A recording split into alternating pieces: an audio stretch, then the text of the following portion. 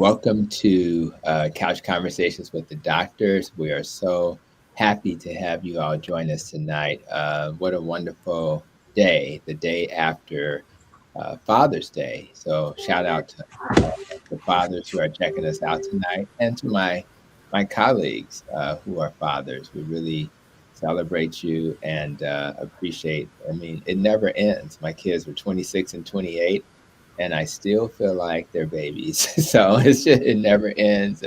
But I'm so grateful that I was given the privilege to be a father. So we're gonna get started as usual by doing a little bit of an introduction to all my panelists. I'll start by saying I'm a family doctor with the Advocate Health System on the South Side of Chicago. I am a primary care doctor who got some extra training in obesity and nutrition. So I try to use the fork as the primary tool to heal patients, and I really find that that's the key. So happy to be here with you guys, and I'll pass the buck to Dr. Maya. Hello, everybody. My name is Dr. Maya, also known as Dr. Maya 100. I'm glad to be here. I am a family medicine physician, also with a background in public health and now virtual health. Launched the company. We're live in 25 states, and so I'm excited to be here and learn from the community. Thank you, Dr. Maya. And we will now go to Dr. Graham. Wow, it's really an honor to be here. I'm a retired arthritis specialist. I spent 30 years working in the western suburbs, then joined the congressman in his office. It really opened my eyes to public health and public policy. As I said, it's an honor and a privilege to be here with the other doctors. We're going to try and answer your questions as best we can. 100%. And then Nikki's going to moderate our conversation. But before we get started, we're going to have Danny Davis to introduce himself and give us some opening comments. Go ahead, Danny. I am Danny Davis, and of course, we're always delighted on a Monday to have the opportunity to interact with this esteemed panel of outstanding physicians. We've always attempted to do innovative things, and one of the innovations that we were fortunate to do was to have Dr. Douglas Graham in our congressional office for 2 years. I really didn't know any other congressman who had an in house resident physician basically on their staff. So, any advice that we needed from a medical professional, it was right there. So, Doug, I want to thank you for being, I wouldn't say any kind of guinea pig or any kind of pig at all, but in a part of what we did. That was one of the wonderful experiences that I've had. I've had so many. Oh my goodness. Well, Just this past weekend with the presidential library opening, listening to what Barack and Michelle had to say and the messages that they sent to the American people and the messages they sent to the world. I need not tell you that I've loved history since I was a small child. And so, any bit of historical element, but not so much in terms of the past, but in terms of now and in terms of the future. There were so many events about Juneteenth going on in the metropolitan area of Chicago until it was just in the western suburbs. There must have been 25 or 30 events that I knew about. I went to as many of them as I could. I even marched in a parade in North Lawndale. I had said I wasn't going to do any parade marching that I was giving up on walking 4 or 5 miles with my physical condition. I walked down 16th Street all the way from Albany to Costa. Yeah, in a parade over in the 24th Ward. Then we had this great play about Nancy Jefferson that one of her daughters had written. And a lot of folks didn't know that Nancy was a nurse, that Nancy had gone to Philander Smith College and had a nursing degree before she became a political activist. But she was also a great church lady. So I just had a good time. It was off the chart, out of sight, just positive stuff.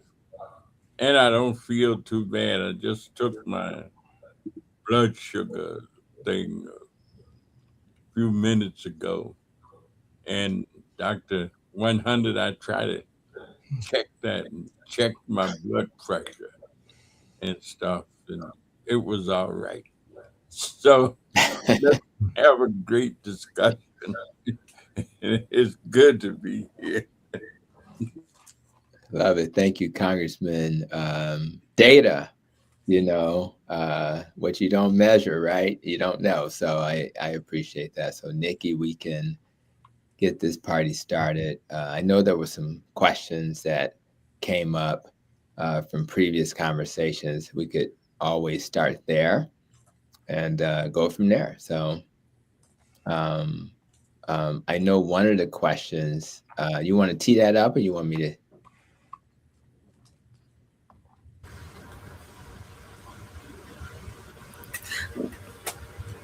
Go right ahead, Dr. Hampton. I can find it again. Yeah, I got off reading other questions. Don't worry. I remember it. I'll just tee it up, guys. So there was a question, an insightful question about the drug Ativan. And the question was, there was a gentleman who was given Ativan to assist with weaning off another substance. And so and then they were concerned about being addicted to Ativan. How ironic is that? So I'll just kind of give a couple of thoughts about that, and then we can go to some more thoughts on it and additional comments and questions. So for those who are not as familiar with that drug, it's also called lorazepam. And it is in a category of medicines called benzodiazepines. Very useful in helping people come off drugs. I know in my clinical practice and even sometimes in life, when you have family, alcohol is one of the drugs that people struggle with. It's a dangerous drug because it's readily available. So if you have somebody, I'm just using alcohol as an example, there are many other sedatives and drugs that this drug can be used for. It's all of these drugs like alcohol affect something in the brain that's it's called like the GABA system. And the GABA system is like kind of like your brain's brake pedal. So when someone kind of stops these substances abruptly, the brain becomes overexcited. So you take away the thing that kind of tells the brain to chill, and then the brain becomes overexciting. And then now all of a sudden you're anxious and if you've seen anybody go to, have symptoms, they're anxious, they're having tremors, they're having problems sleeping, agitated, sometimes their heart is racing. And in very bad cases, when you see someone have alcohol withdrawal, they can have seizures. And that's not fun. It's very dangerous. So Ativan, instead of being a brake pedal, Ativan is kind of an enhancer of this GABA activity. So what it does is it kind of temporarily calms things down. so the brain can kind of gradually get used to its current state, in the state we're trying to get it to. So, and then once you add another drug like that, trying to deal with the alcohol problem, and you're supposed to then taper that down.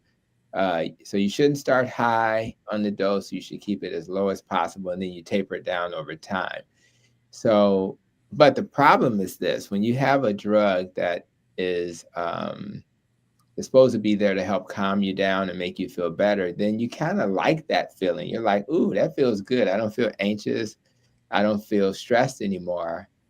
And then so that's kind of like a positive reinforcement. You want to keep feeling relaxed and not stressed. But then after a while, particularly if the doctor gives you too much, you start to get tolerant of that. So you're going to want more and more of that over time. So you become physically dependent on that. And then if you stop that drug, you'll have withdrawal symptoms. So you use one drug to not have withdrawal symptoms like alcohol, then you use another drug that can do the same thing. So it's kind of crazy. So it's really important that we treat Ativan as bridge therapy. And if you're a doctor in my position, if I have to use it, I try to use the lowest dose possible. And I try to not to use it too long, because that way people won't start to want it like that. So it's very complicated and confusing sometimes when you use one drug that can potentially cause an addiction itself. But when people are going through withdrawal, it can be very dangerous. So you do want to kind of mitigate some of that. So that's kind of my 2 cents. I fortunately not had to deal with this a lot. Sometimes more urgent care settings have to deal with people who are dealing with this more urgently. So I tend to talk to people who are contemplating stopping their alcohol use, and then you're trying to come up with a strategy. But I just haven't seen it a lot in my clinical practice as of late. I saw it a ton when I was at West Suburban Hospital in my residency. That was a common thing that we were dealing with in that setting. So anyway, that's my thoughts. Any other comments about this particular question?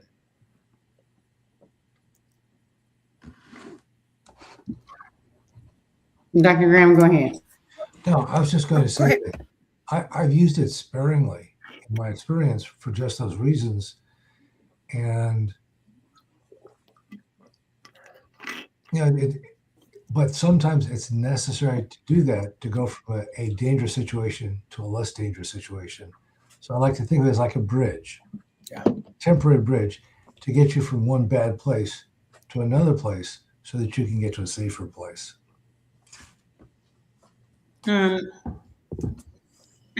think my thoughts, I love what you were saying.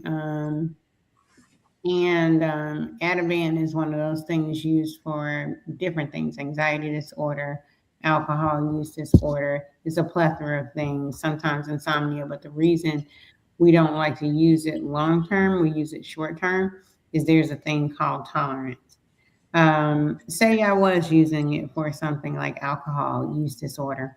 The same thing that happened with alcohol will eventually happen with Ativan, which is the body starts to make adjustments over time to the amount of alcohol, Ativan, substance of anything, sugar that I'm experiencing. And then I would need more of that item, that alcohol, that Ativan, that sugar, that salt, to perceive the same impact, which means the dose of Ativan that someone would take would go up over time, just like the amount of alcohol goes up over time, just like the amount of Snicker bars that I was eating goes up over time, because Dr. Tony mentioned your brain is trying to be at a certain space of slow down. And if it doesn't get what it thinks it needs, what I've been giving, and it says, this has always worked, give me this, then it will automatically try to compensate, and I'll feel myself speeding up, and then I'll want more Ativan, sugar, whatever I want to get back to that space. Typically, people will notice that Ativan will stop working anywhere. Well, the dose that they're on at about a week and a half. That's how quickly it happens. Historically, women become tolerant of something, so would need higher doses sooner than men without knowing, without recognizing it.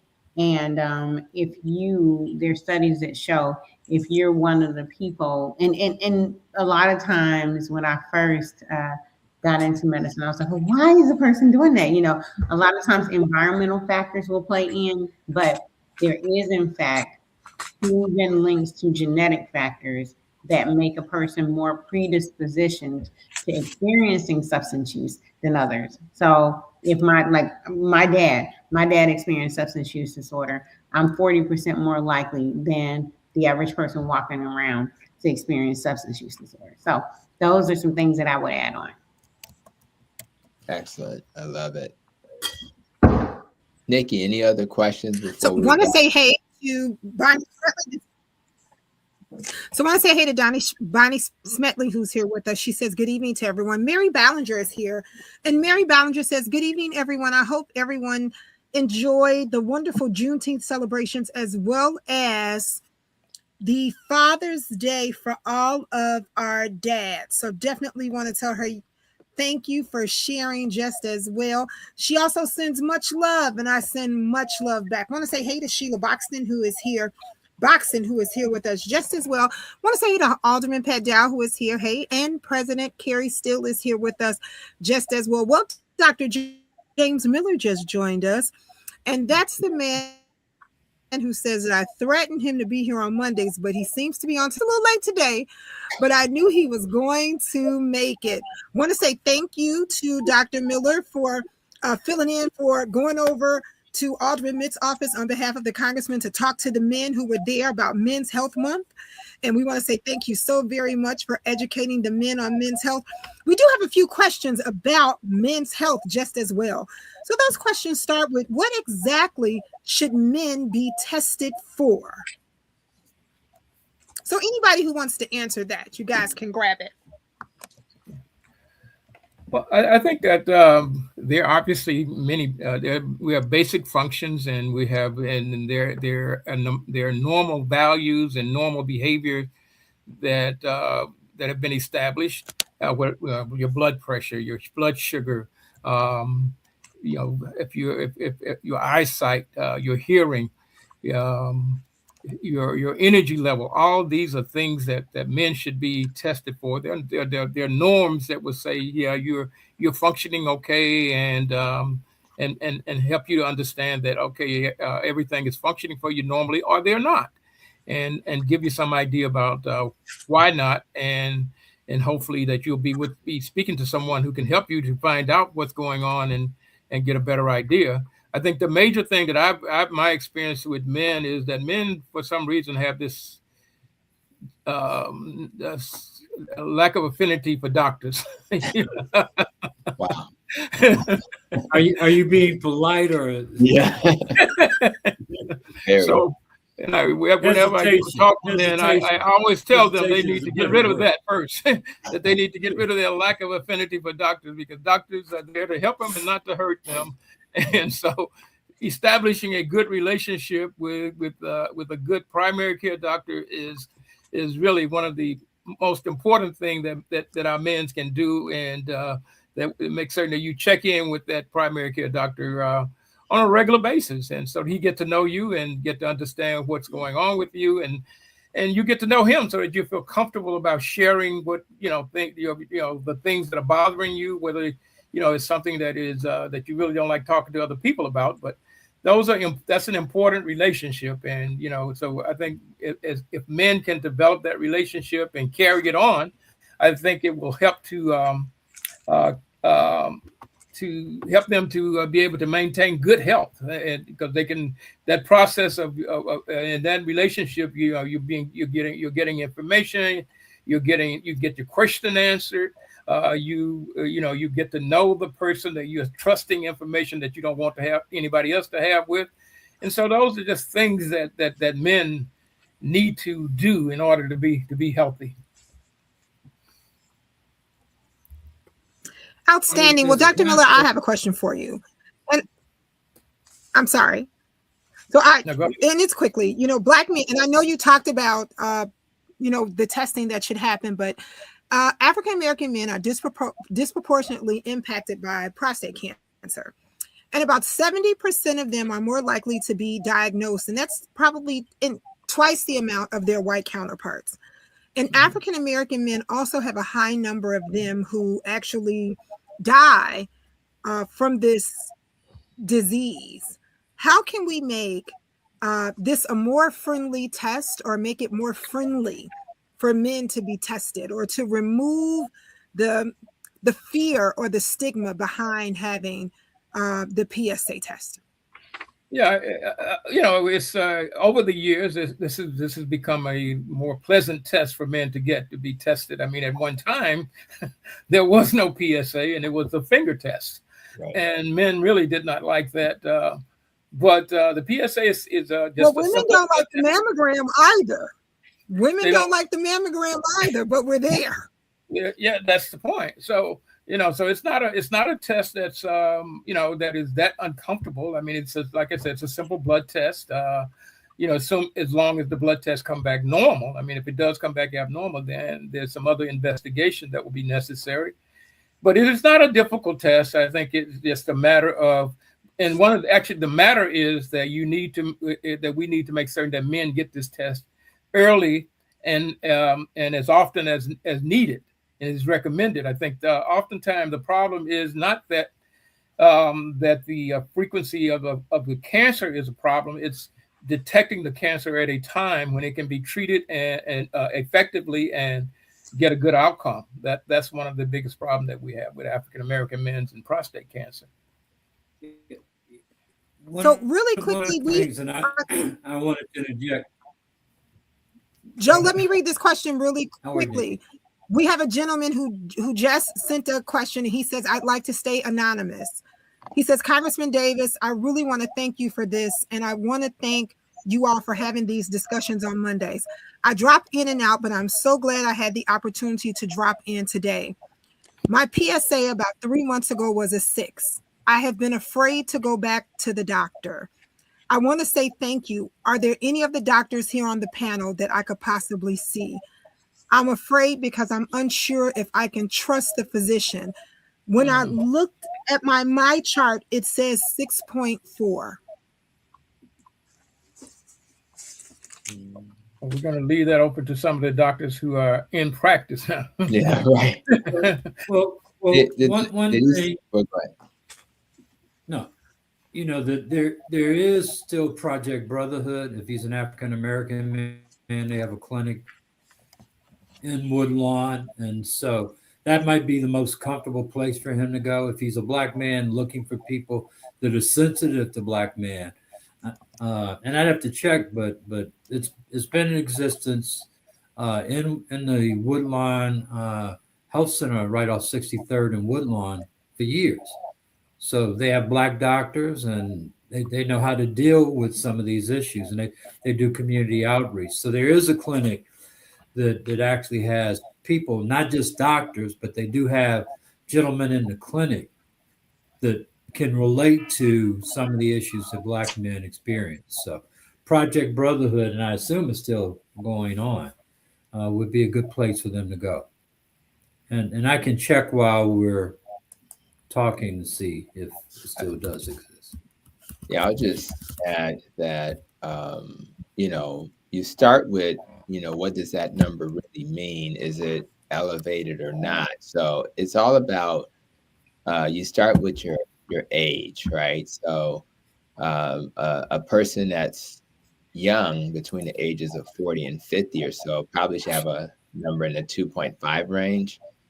And you can almost go up every 10 years after that. That's how it's kind of easy to remember. So 40 to 50, 2.5, 50 to 60, 3.5, 60 to 70, 4.5, and then over 70, you're looking at 6.5. In other words, if you're lower than those numbers, that's considered reasonable for your age. But so if you say I'm 50 and I should be less than 3.5, so 6. He says he's 44. Yeah, right. Okay, so he's in that age range where he's definitely young for a number that high. But the first thing you also want to do is maybe to just verify the results. So it may be a good idea just to repeat the test. And what I always tell patients, hopefully I'll remember to tell them, but you don't want to have, if you can avoid sexual intercourse for maybe a couple of, maybe 48 hours before the test, because obviously if the prostate, what some people don't realize is that the prostate has fluid that comes out of that when you ejaculate. The seminal vesicles have fluid that comes out of that when you ejaculate. And then you add that to the fluid from the testicles, which is the sperm. So you have actually two sources of fluid, and most of it is not the sperm. Probably no more than 10% or so is the sperm. The other stuff is nutrients and things like that for the sperm to survive. So don't be intimate a couple of days before the test. Get the test done as soon as possible, and then if it's still elevated, right, and there's nothing else going on, at that point you want to go ahead and so I would do those things concurrently. You can actually schedule the lab and try to have it done right before you see the clinician who may end up checking you out. So there's other reasons to have an elevated prostate, especially in a young person. The number one reason is probably STDs or infection, because you can have a prostatitis, which is an infection of the prostate, or a UTI. And some people don't realize that the ureter, the tube that, there's a tube that connects your bladder that goes through the penis, but it also kind of bypasses the prostate as well. So if you have a UTI, it can increase the risk for a prostate infection, et cetera. So there's a lot of things to think about. But one thing that you need to really understand is that most people who, even if you had a prostate cancer, we're pretty effective at treating that. This is one of the some cancers really scare you, right? Like pancreas cancer is kind of scary, right? Well, this is the type of cancer where most people can get treatment, and that treatment can then allow you to continue your life. So the worst thing, in fact, my experience as a doctor is that people who end up dying from prostate cancer are the ones who don't follow up, to be honest with you. So it's very scary. But what's scarier is to not know. And you can't like hope it goes away. You have to know what's going on, and the technology today is getting better and better every day. So again, but you do want to be in the company of a clinician that you trust. So if you feel uncomfortable with that clinician, I do think that that's logical. But don't let that discomfort put you at risk.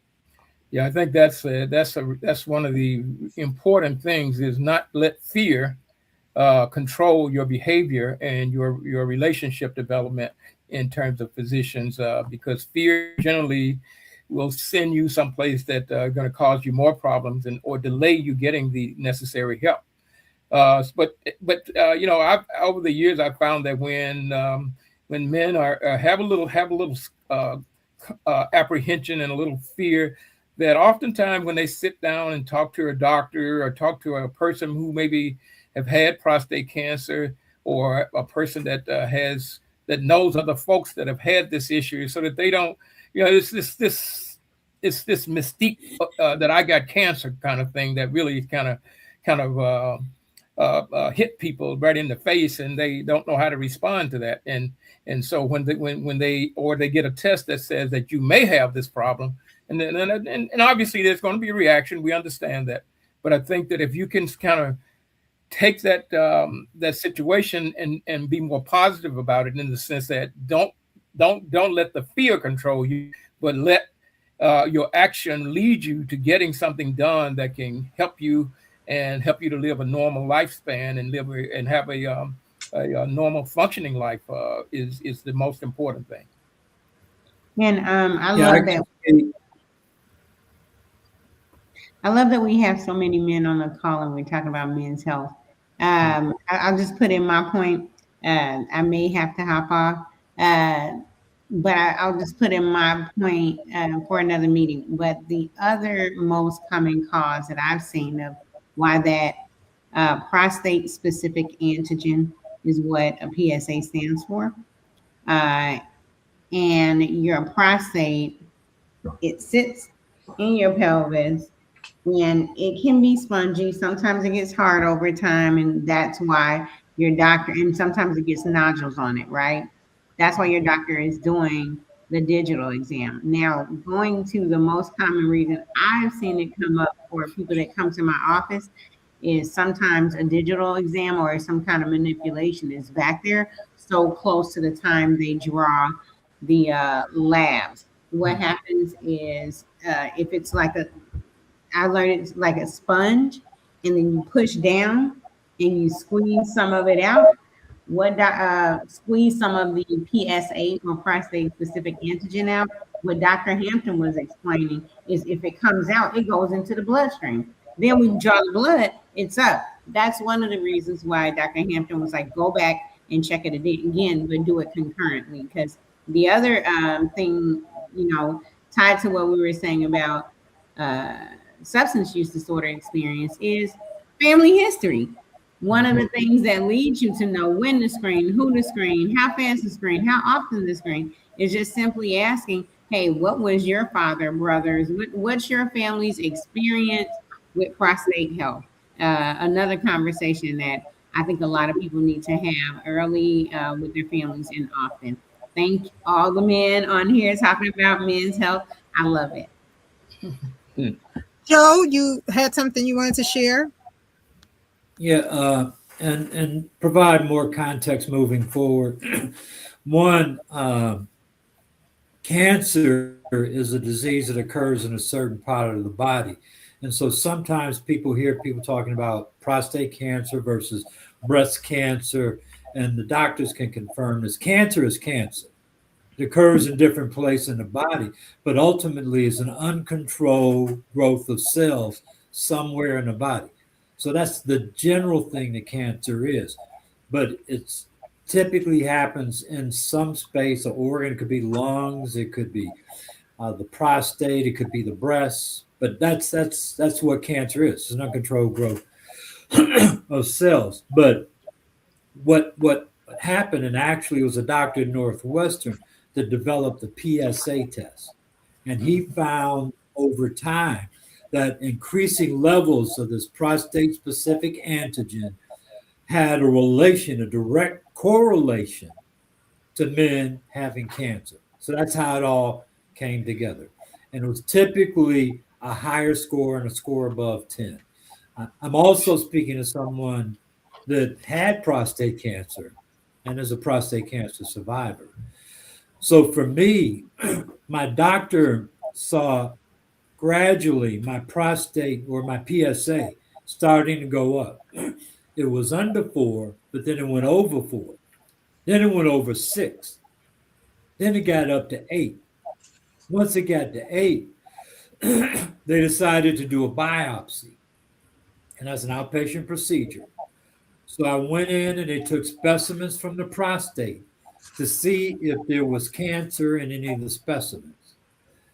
One of them came back, was positive for cancer. As a result of that, I had a series of radiation treatments. And after the radiation, they tested me again. My PSA now is less than 4. It's almost negligible. And I don't, and they kill the cancer. So the cancer doesn't exist anymore. So there is life after prostate cancer, a full life after prostate cancer. But I guess the real message is if you never see a doctor, if you don't go in to get the test, you'll never know. That's the problem. The first thing is to go see a doctor and see a doctor on a regular basis. Now, I can speak from personal experience. Every primary care physician that I have seen over the course of my life has become a friend. We know each other on a first name basis. I've had 3 primary care physicians in my adult life because most of the physicians that I had stopped practicing, and then I needed to find another doctor. So the people I went to see were people that I knew and I trusted because I had seen them for years.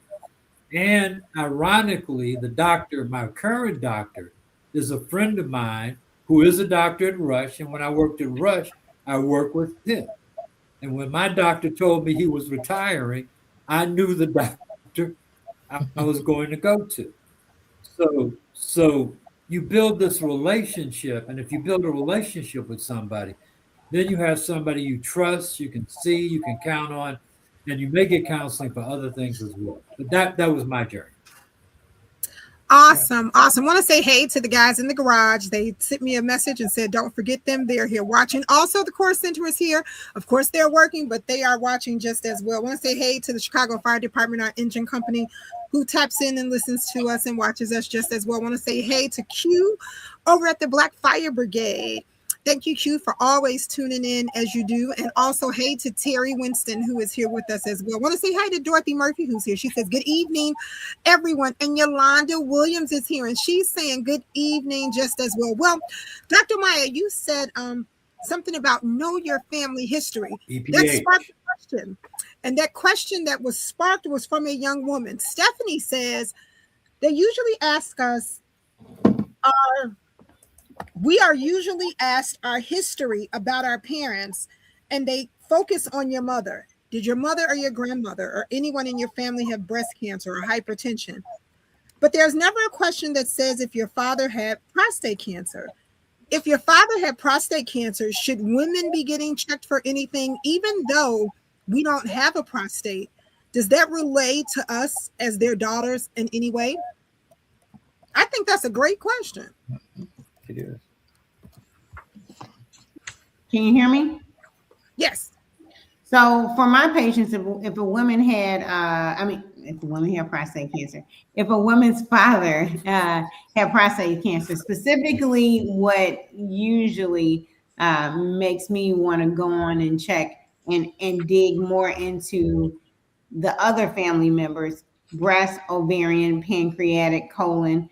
I like to think of, breasts are up here, but my brain stores it as cancers just kind of in that area, is if my father had prostate cancer, especially before 45, 55 or old or younger, sorry, because there is some correlation between cancers in that area. And then I always just remember to harp down on breast cancer. If you just think about that area, you'll forget about breast cancer. So, I always try to harp down on that. The other thing you want to know is the age your father had it, right? Everybody of course, we had to categorize things to learn medicine, right? Once you categorize them and you get your foundation, you kind of understand that the categories are a base. People have all kinds of lives. You ask all kinds of ways. And definitely I've learned to say, does anybody in your family like your mother, your father, your sister, your brother, and not kind of just focus kind of on the mom. A lot of times you're right. When someone walks in, and if I'm a woman, they ask me about my mom. They don't ask about the dad. The same thing. If I'm a man and my mom had breast cancer, I have a higher likelihood of having different cancers too. So that's why you got to ask about the whole family, not just one way. Somebody said cancers are cancer, so higher propensities are there. The other thing I want to mention is BPH, or benign, meaning it's not cancer. Prostatic means it's the prostate. Hypertrophy, meaning it has gotten big, like if I would just get up there getting swole, right? That's another reason why your PSA would go up, but certainly, like they said, it's not usually going to go to 10. It's not usually going to go up ridiculously fast if you do that recheck that Dr. Hampton said.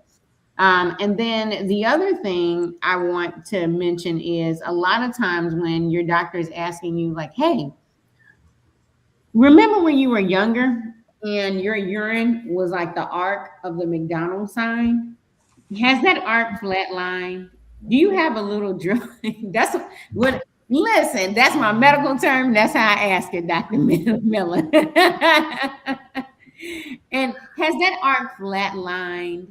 Do you have a little dribble at the beginning? Can you start? Remember when you were young, you used to go to the restroom and you used to play that game and you start urinating, you start, stop, start, stop, start, start, start, start. Do you have trouble starting and stopping just as fast? You know, how many times do you wake up in the middle of the night to go to the bathroom? You know, I've learned not to ask, do you wake up in the middle of the night? I'm like, just like, how many times in the middle of the night do you wake up to go to the bathroom? Now, medicines can affect that, but how strong are your erections? Is it young strong? Is it, where's it going? And so things like that can lead to, now, Dr. Mason, I'm going to say it because Dr. Mason always said, by the time you get there, you know what I'm saying? That's not where by the time you get there, that's not where you want to be, right? So that's why it's good to go to your doctor ahead of time, right? But those are some of the things that may tip you off, that maybe you are getting your every year, your annual, or your every 6 months. Maybe it's time to get a shorter one, right? Those are the type of things to tip you off. So there are things you can recognize at home that, and then of course, if you're a man over 40, and you see any kind of blood there, it's time to go on in. Yep. All right. Awesome. Yeah, Well, I want to. Nurse Crystal Flower says, Congressman, I love you, and I miss all of our things we used to do. And she also says, hey to Dr. Maya as well. She's our wonder nurse that we had out in the streets with us when we were doing all of our COVID stuff. That's Crystal Flower. She's phenomenal over at Near North.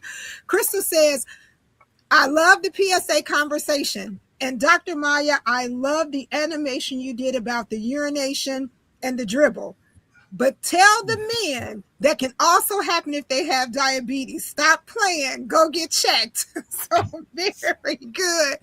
She says, I'm doing a roll call. What is everyone's A1C? Okay, Crystal. Thank you so much. Joe, you had something that you wanted to share. Yeah, I just want to build off of some of the things that Dr. 100 talked about in terms of the prostate.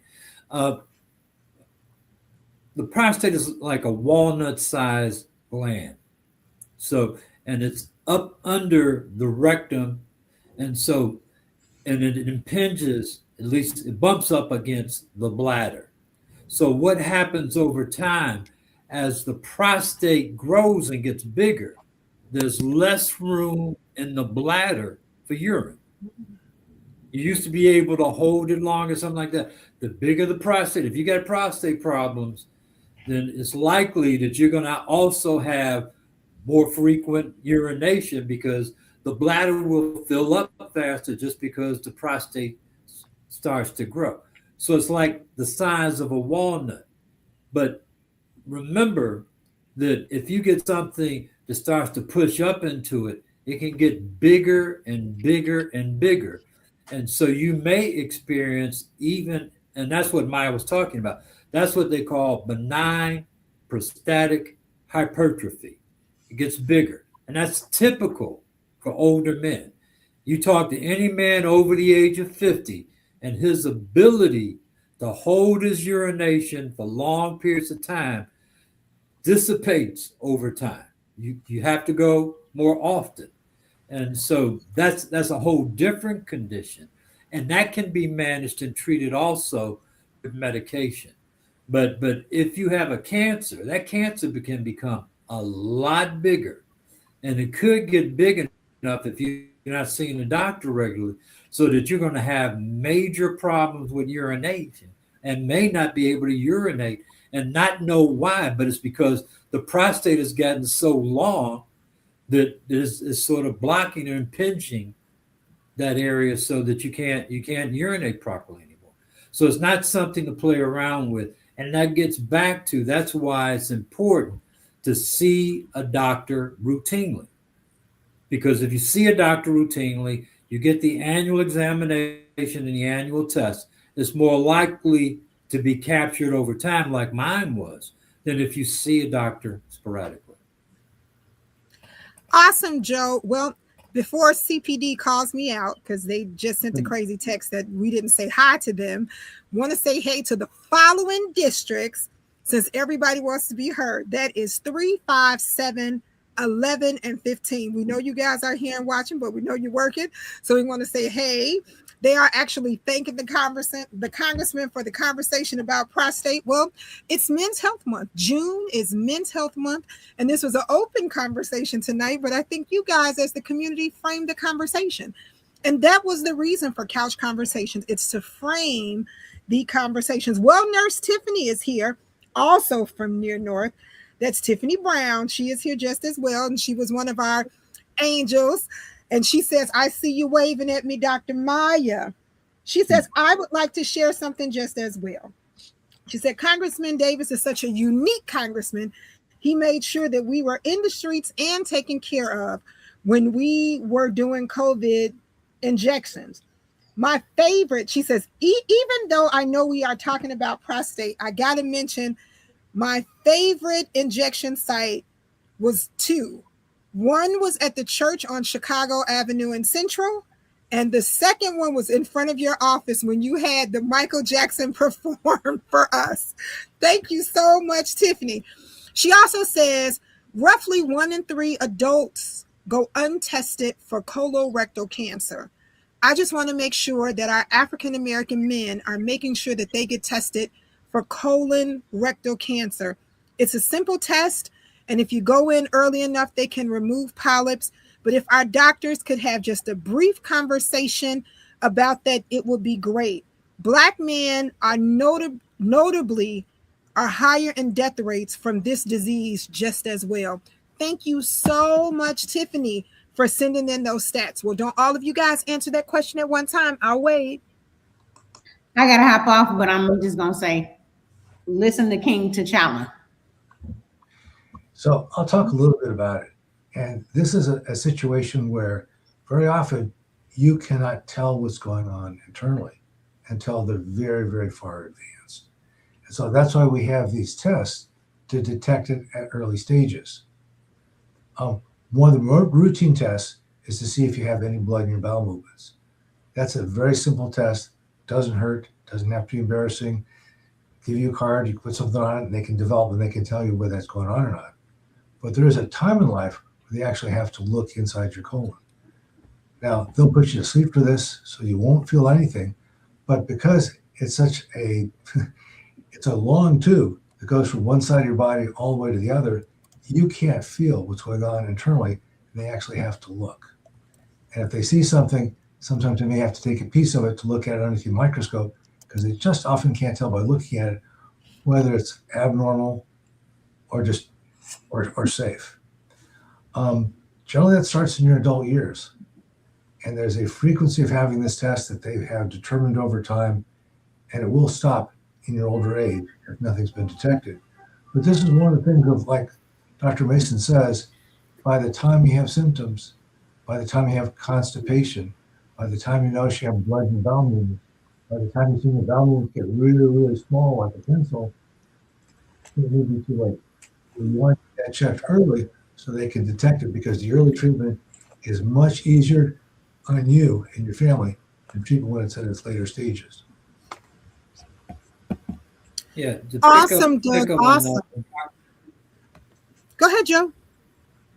No, this is something that Dr. Mason used to always say.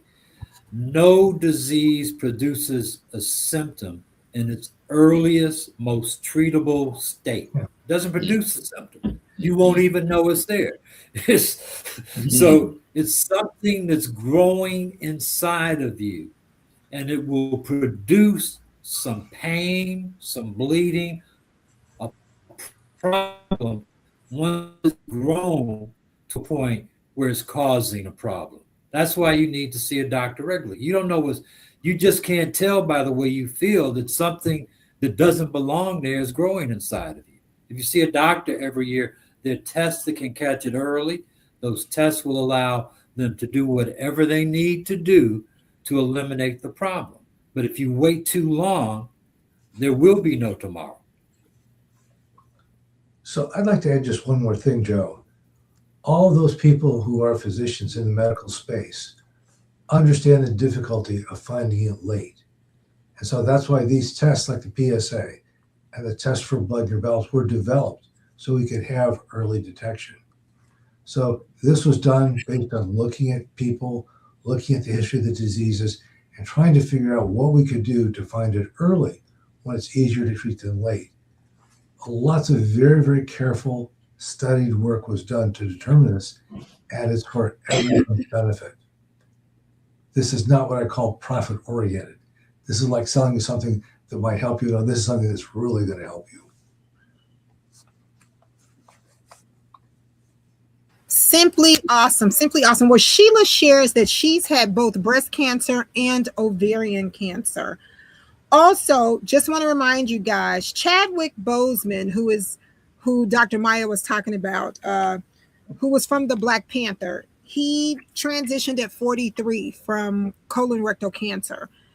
And, most insurance companies don't pay for the test until 45.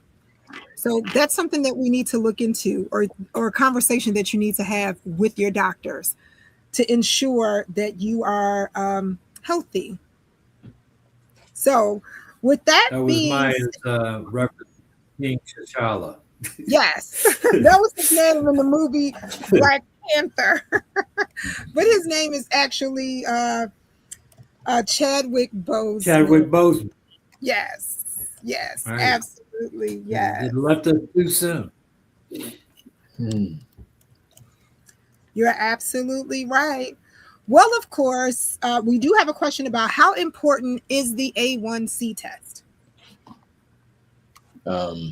It's the second most important test in my mind, because your body, if your blood sugar averages higher than it should be over 3 months, this test is measuring glycated hemoglobin, meaning your red blood cell and rather or not glucose or sugars attached to it. So it'll measure that, and it's over a 3-month period because hemoglobin tends to live for about 3 months. So the question is, if your hemoglobin A1C is normal, does that mean you're okay? And the answer is it doesn't, because if your pancreas, which is under your left rib, is working overtime to keep your blood sugar normal, then you won't know it's not normal until you start to become borderline for diabetes and eventually diabetes. But there is a test called the fasting insulin that will be high because your body is keeping the sugar down. So if you test the fasting insulin, you can predict diabetes and arguably heart disease and other things 5 to 10 years in advance. So I think the A1C is a critical test, but many clinicians haven't gotten the memo. So I would encourage your clinician to if your A1C is normal or abnormal, order a fasting insulin level as well. That'll give you a better picture of what the future holds. The good news is, although 80% of people who have borderline diabetes, their A1C is between 5.7 and 6.4. That's borderline. 6.5 is where diabetes kicks in. If you change your diet and stop making all that extra insulin, because you need all that extra insulin to eat the sweet potato pie, and you eat, animal protein, non-starchy vegetables and things like that, you can actually put that borderline diabetes into remission. So there's zero reason for a person with type 2 diabetes or at risk for that to end up with that disease once they understand what foods they should be eating. So I encourage people to better understand that, so that they won't feel like their destiny is diabetes just because their family had it. That's completely not true. Awesome. Well, to the person who sent a statement, I'm going to read your statement. I do not want to abuse or chop up your name because I can't pronounce it, but I will read your statement. And the statement is, I got cured from rheumatoid arthritis. And they share a doctor's name, and I believe his name is Olafumi, if I'm correct, Herbal Health. So I did read your statement, and I apologize that I if you want to sound your name out and send it back to me, that would be great, and I will attend. But I just don't want to abuse and chop up your name. But thank you for your statement, and thank you for sharing so much. I want to say hey to Kathy Jones, who is here with us. Hey, Kathy. Kathy says, I don't miss a Monday night. And thank you for not missing any Monday nights. She says, even the reruns, I learn more from them. So thank you so very much. Mary Ballinger says, this is such excellent coverage on these questions. What great medical conversations. You all are the best. Thank you so much, Mary, for sharing your thoughts. Well, I know you guys hate when I say this, but it's our time.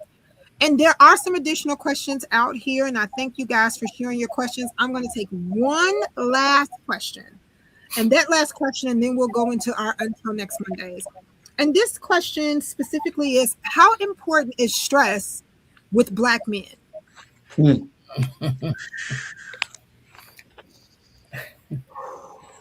I think this question has stumped our panel, but go ahead. Well,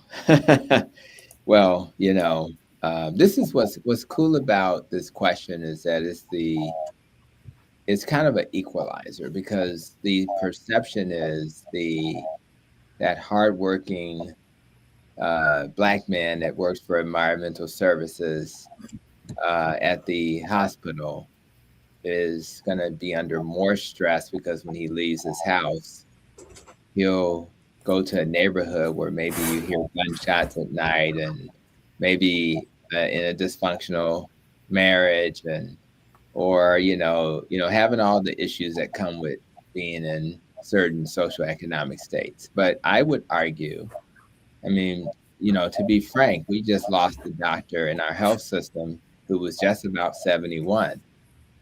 The same people who are charged with helping to heal, even Dr. Mason there was a plant-based doctor we lost recently, who was, he couldn't have been no more than 60 and some change, who was a cardiologist eating a plant-based diet and doing his thing.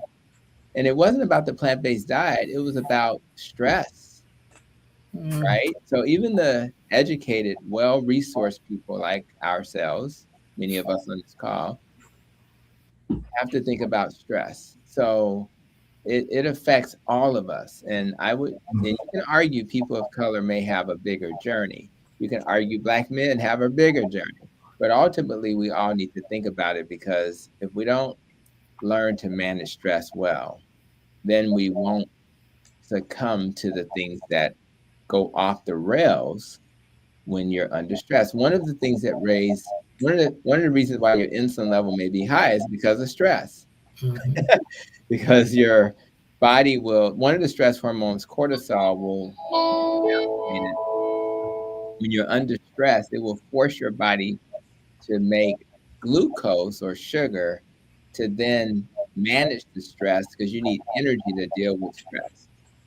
But that high sugar will then lead to insulin spikes, and here we go. So we talk about nutrition a lot here, but we should talk about stress, sleep, relationships, and many other factors, all of which are important. So the short answer to that question, yes, Black men who have stress are at risk for disease, but the real response is we all are, and no matter what your situation, we need to prioritize stress. So once you get your diet right, let's focus on moving your body. Once you get that right, let's focus on getting adequate sleep. Once you get that right, let's focus on stress. The good news is you can fix anything if you start making those steps. The bad news is you need to start yesterday.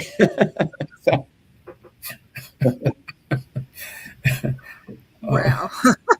Well, I want to say hey to Carl Brinson, who's here with us, the former president of the NAACP. Hey, Carl, how you doing? I see you here. I also see Carl Ellis here, and Carl is sending tons of thumbs up. And I guess this question from one of the gentlemen over at the Black Fire Brigade must have, well, I know it sparked, because we got 112 statements all at one time. And the question is, hey, Nikki, can you ask the congressman, can we end the month of June with a conversation about Black men and stress? Well, I can't answer for the congressman, but when we do our Until Next Mondays, I believe he'll answer your question. So with that being said, I'm going to start with Doug. Oh, one more person says, yeah, can you ask him? So I got it. I'm going to start with Doug. The first thing I'd like to say is I would like to, Until next Monday. I'd like to express my appreciation to the congressman for allowing me to work in his office and trusting me with the responsibilities that I was given. It was a very, very eye-opening and educational experience. And it just isn't like what you see it on TV. I saw a man and his staff working day and night to work on constituent problems, student loans, re-entry into society, father's questions, passport issues, all the stuff. So I really learned a lot from being there. I just want to thank him for allowing me to be in his office and doing something. I'd like to readdress that one man who started this conversation and said, I've got a PSA of 6 and I'm afraid to see the doctor. From my perspective, and most of the doctors that I know, is that we're here to help you. And rather than think of us as critical, harsh disciplinarians, we're here to help you. We understand what it means to have that number and to come to see us. So most of us are here to help you navigate this and get to a better place. So when that happens to anyone in the audience, instead of being afraid, think about meeting someone who's going to be there to help you. Outstanding. Thank you so much. I want to say hey to Sandell Scott, who is here. Hey, Sandell, how are you? Well, Dr. Miller, you're until next Monday. All right. Well, since we're on stress, I'm going to put my 2 cents in. Stress is it is something that we all have. We are affected by, I should say that, in one way or the other. And I think, as time passes and, there are a lot of issues and a lot of things that come up about what stress is doing to us. And sometimes I think, the answer to not allowing stress to do the things that we don't want it to do is finding alternative ways to deal with the stress. In other words, if there's something that is preventing you from sleep, you need to find alternatives to neutralize that particular thing, so that now you're able to. Because if you don't get sleep and you're already stressed, that level of stress will increase. So I think that some of the times is that I used to remember when I was younger, and sometimes I had to have difficulty getting to sleep. I don't have that much problem with that as an old man, but. And the more I lay there thinking I need to go to sleep because I have to do something tomorrow, the longer I would be awake. As soon as I could put that thought out of my mind, the quicker I was able to get to fall off to sleep and get through the night and do well. So stress sometimes, when things start happening to us, we start focusing on that thing, not necessarily the problem that caused that thing. And so, we talk about, relationships. We talk about our children, just the issues of our community, just the issues of the world, wars and rumors of wars and all those things, things that, do create stress about us. And so around us, I should say. So I think that, we need to find that we are comfortable with, things that make us feel comfortable, things that make us feel good, things that we can celebrate. And that takes away some of that worrying about the stuff that we really sometimes can't do anything about making it move. So we have to replace the thought. And if we put the right thought and the positive thought in our mind, then that will push that thought that's creating all that stress away. And we'll be able to fall off to sleep, whatever it is, to move on and enjoy the things that we need to enjoy, and therefore spend less time and giving less power to stress. Outstanding. Well, Mary Ballinger says, once again, I thank you all. You all are God sent. Congressman Davis, you are God sent. You are phenomenal. Well, Joe, you're until next Monday. Joe, you muted. I'm sorry, I'm unmuted. Oh, it's okay. Well, I've got 2. They'll both be brief. One is one of my favorite quotes is by Anton Chekhov. Any idiot can face a crisis. It's the day-to-day living that wears you out. So you can think about that. Mm. The other one is from one of my favorite books called Brother Man. That's the book, Brother Man. It's the Odyssey of Black Men in America. It opens with a quote from Arthur Ashe, and I will read the quote because it's very short. Being a black man in America is like having another job. Mm. Mm. Oh, Wow. all right, Joe. Okay. Okay. Well, the Wolfgang Puck of Medicine, our very own Dr. Tony Hampton. You're until next Monday. I appreciate a quote from Arthur Ashe. When I was playing tennis at the Columbus Park Tennis courts representing the West Side, Arthur Ashe was my hero and who I wanted to be. And so I love what he represented and how he paved the way for the Serenas of the world. And I will say this.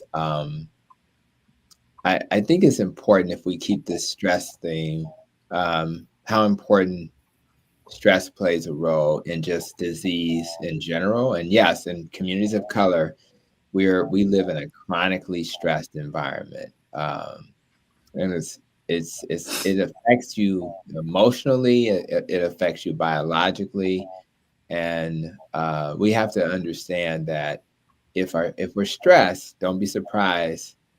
I had a patient today, and he was on the phone talking to the State Farm people about, them paying for his car that, was an accident. And of course, the last 3 visits, his blood pressure was normal. But it wasn't normal today. So, because the conversation wasn't going well. So stress will affect your blood pressure. If I were to be personal, I'd say on the days when my wife's dad was around and he had dementia, we went to the nursing home. It was guaranteed her continuous glucose meter was going to read higher than usual just because we were going to the nursing home, not because something was wrong. She anticipated something was going to be wrong. So it affects your blood sugar, your blood pressure. And by the way, when you're stressed, and going back to that insulin, I'm obsessed with insulin. Guess what happens when you're stressed? Your insulin level goes up. We just described that. And guess what insulin is? It's the fat storage hormone. So now you're going to be bigger than you want to be. Oh, by the way, insulin makes things grow. So guess what? Now your risk for cancer is higher. Stress can lead to cancer. So it's all interconnected. But here's the good news. This is all lifestyle stuff that you can control. You can learn how to eat better. You can learn how to move better. In fact, I'm so dedicated to exercise. I have a meeting, and we're going to be talking to some folks in Danny Davis's territory on Capitol Hill about lifestyle medicine tomorrow morning. Mm-hmm. And I normally meet with my trainer between 7 and 8. So how am I going to do 7 to 8, go home, take a shower, and make it to the clinic so I can have my 9 to 10 meeting? It was so important to me that I text my trainer and said, can you be available at 6:30 in the morning? I refuse to not go to see my trainer, and I don't even want to see her.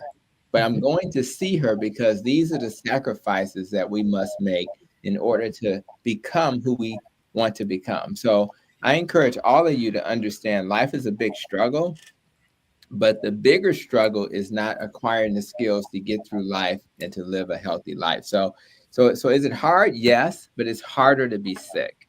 It's harder to be stressed. It's harder to be sleep deprived. It's harder to eat your lunch, which should nourish you, and you feel tired 5 minutes later. But if you learn these principles, you'll do really well. One thing I want to do a commercial for is the American Diabetes Society. I'm on their board, and what the American Diabetes Society does that the American Diabetes Association doesn't do is that we really focus on low sugar foods. So if you go to AmericanDiabetesSociety.org, you will see meal plans, you'll see recipes, all this stuff is free, and an explanation of why this is a better way to put diabetes into remission. So for those who are struggling with this so-called chronic type 2 diabetes, you can completely reverse that 98% of the time. So I want to provide hope for you guys. and just let you know that there is hope out there. You just got to hear the right message from the right sources. That's my until next Monday, Nikki. I hope that wasn't too long. No, it wasn't. Outstanding. Well, I'm going to share quick until next Monday. And some of you on this panel will understand. So Friday at 2:53 p.m. at a Juneteenth event, people were afraid to get their blood pressure checked. And for some of you on this panel know, yeah, I sat and got my blood pressure checked and it was 117/72. That's all I'm going to say. I'm going to share that. Yeah. That's all I'm saying. Because that has been a journey for me. 117/72. I took a picture of it in case nobody got it. All right. With that being said, Congressman, as always, take us home. Well, let me thank all of us for a very robust discussion.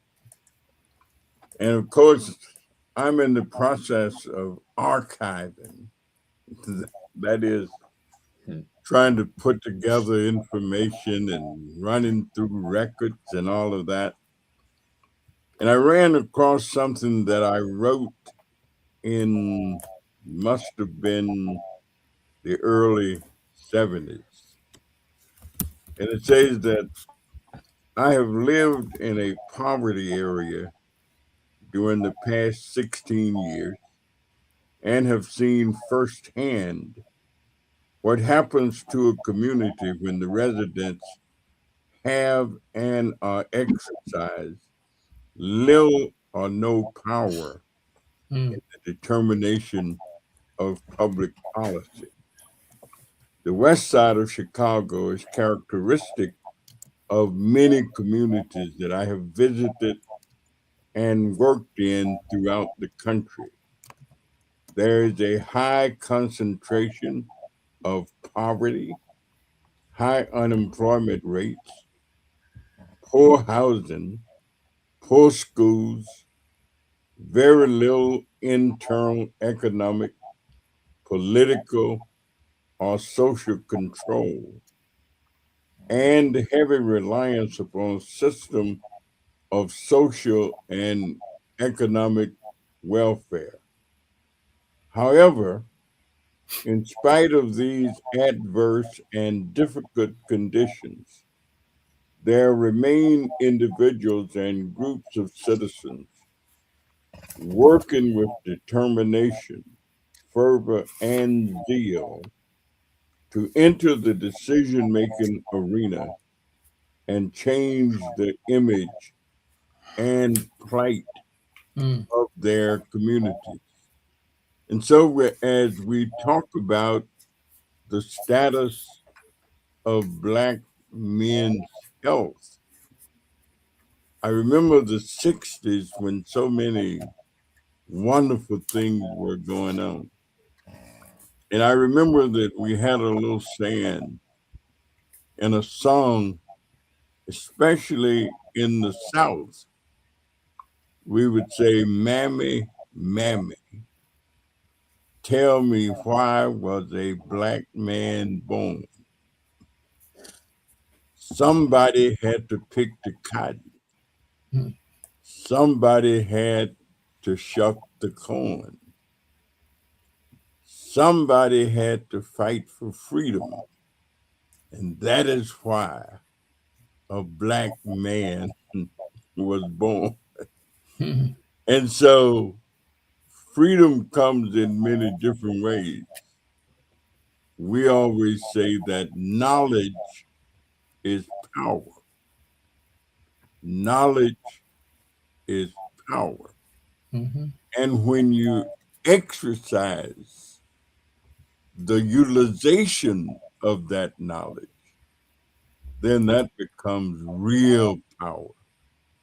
And so as we learn how to better take care of ourselves, the information that was provided, I thought of my brother who passed away not long ago, maybe 2-3 months. And he had colon cancer, which didn't surprise me that just knowing his personality and knowing him, that he had not really been visiting the doctor enough. And so when it was detected, it was far beyond where it should have been before he knew it. And so this business of screening, early detection, regular visits to the doc, checkups, and being scared of certain things happening, all of it can, in all likelihood, seek to prolong life, but also increase or improve the quality of life before you get to the point where you're ready to check out. And if you don't, then you become kind of like the blues singer who said, I'm failing 5 degrees and I know my time ain't long. My breath is getting shorter and my strength is almost gone. Then he said, don't send me no doctor because the doctor can't do me no good. So I think it all is so relevant and makes so much sense. And I just want to thank the panel for a wonderful, informative discussion. And until next Monday, be well. Have a good night. And thank you all. Yes.